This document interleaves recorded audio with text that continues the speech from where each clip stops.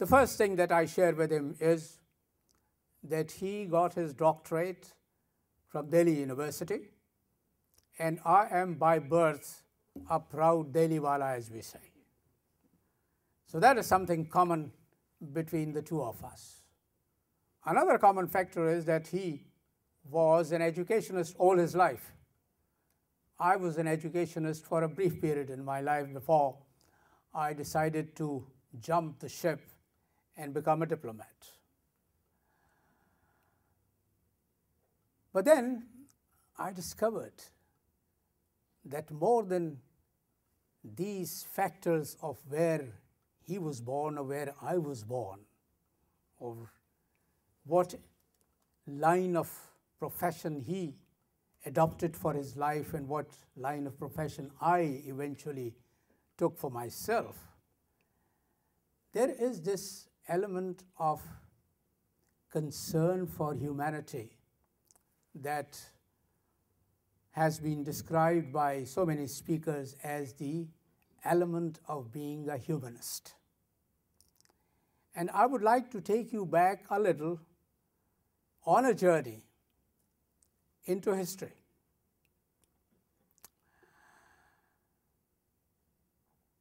Sikhism is a religion that originated with Baba Guru Nanak. And I'm very proud to refer to him as Baba Guru Nanak because this is how I was introduced to him as a student when I read about him in 6th grade in my school.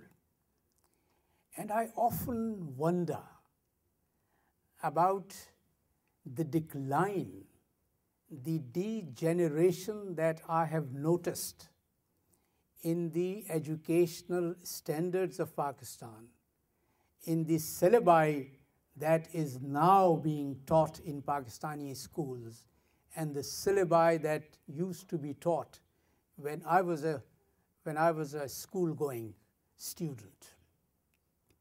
I read about Baba Guru Nanak Ji when I was in 6th grade. Today, in Pakistani schools, you will not find a reference about a non-Muslim, particularly about the founder of a new religion. But why I mention this is because there are so many misconceptions, so many misunderstandings about the origin of Sikh religion. And I'm referring to it largely because of the fact that the man we are paying tribute to was a Sikh and a humanist who, I'm sure, acquired his roots from the teachings of Baba Guru Nanak. The period in which Sikhism took roots in India was a period of great political upheaval, of a great political turbulence, because the Lodhi dynasty was on its last legs, and there were already rumblings of change in the air. Guru Nanak was apparently not happy in the cultural milieu that he was born in, and therefore he embarked on a journey of discovery. And I don't know how many of you are aware of the fact that in the course of his journey, he also physically visited many of those places which are associated as being venues of great Islamic scholarship and learning. I have served as Pakistan's ambassador in Iraq. And in Baghdad, there is a place where Guru Nanak Ji had done what we call in Urdu as chilla. In English, it's translated as a seance. He spent 40 days of seance at the place of a great Muslim saint who was known in history as Behlol-e-Dana. Behlol-e-Dana was a mystic. He was a hermit during the Abbasid period.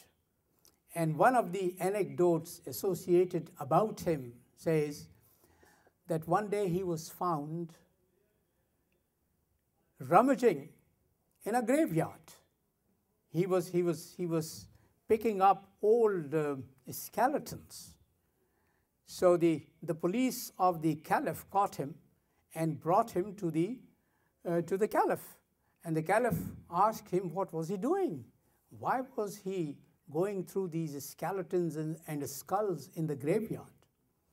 And Behlol-e-Dana said, well, I was trying to figure out which of these skulls belonged to a king and which belonged to a pauper and a beggar.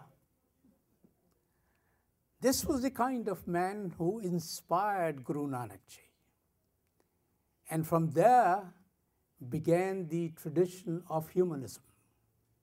Of course, I do not have the time to go over the trials and tribulations that Sikh gurus went through, particularly at a time when there was a backlash in Mughal India against the eclectic traditions that Akbar the Great had tried to establish under his rule in India.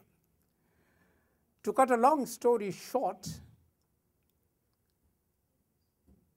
Sikhism was an attempt to integrate the great traditions, the great qualities of Muslim religion, and those values and traditions and beliefs that describe Hinduism. And I would say that Guru Nanak succeeded in his struggle. The proof of that is that Sikhism is not only flourishing in India, but it is flourishing in the New World as well, in all parts of the world. And there has always been a kind of an identity between Muslims and Sikhs. It is another story that at the time of the Great Divide in 1947, which saw India being divided into two separate states, there was a period which I describe like being a cloud that separated the two communities for some time. But I hope that with gatherings like these, we shall soon be in a position, we shall soon be able to put that dark episode of the partition, when the two communities went for each other, were at each other's throats, behind us for good.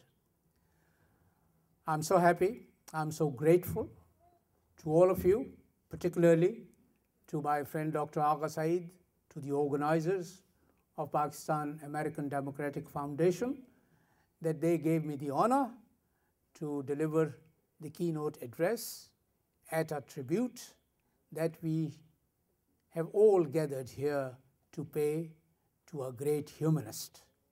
And I hope that his legacy will not only be remembered by those who are gathered here this afternoon, but through us, through all of us, and we have a responsibility on our shoulders, that we should spread the message forth in order to enlighten those who did not come in contact with him, so that the bright example of his should illuminate the minds of succeeding generations. Education and culture is all about enlightenment. It's all about illuminating minds. Men are all transitory. We strut on this global stage for some time, and then we fade out. But the ideas that we propound in this world, the legacy that we leave behind, and the traditions that we establish are the ones that remain behind us. And a man is remembered not by the quality of life or by the longevity of the period that he spent on this earth, but by the legacy that he leaves behind him.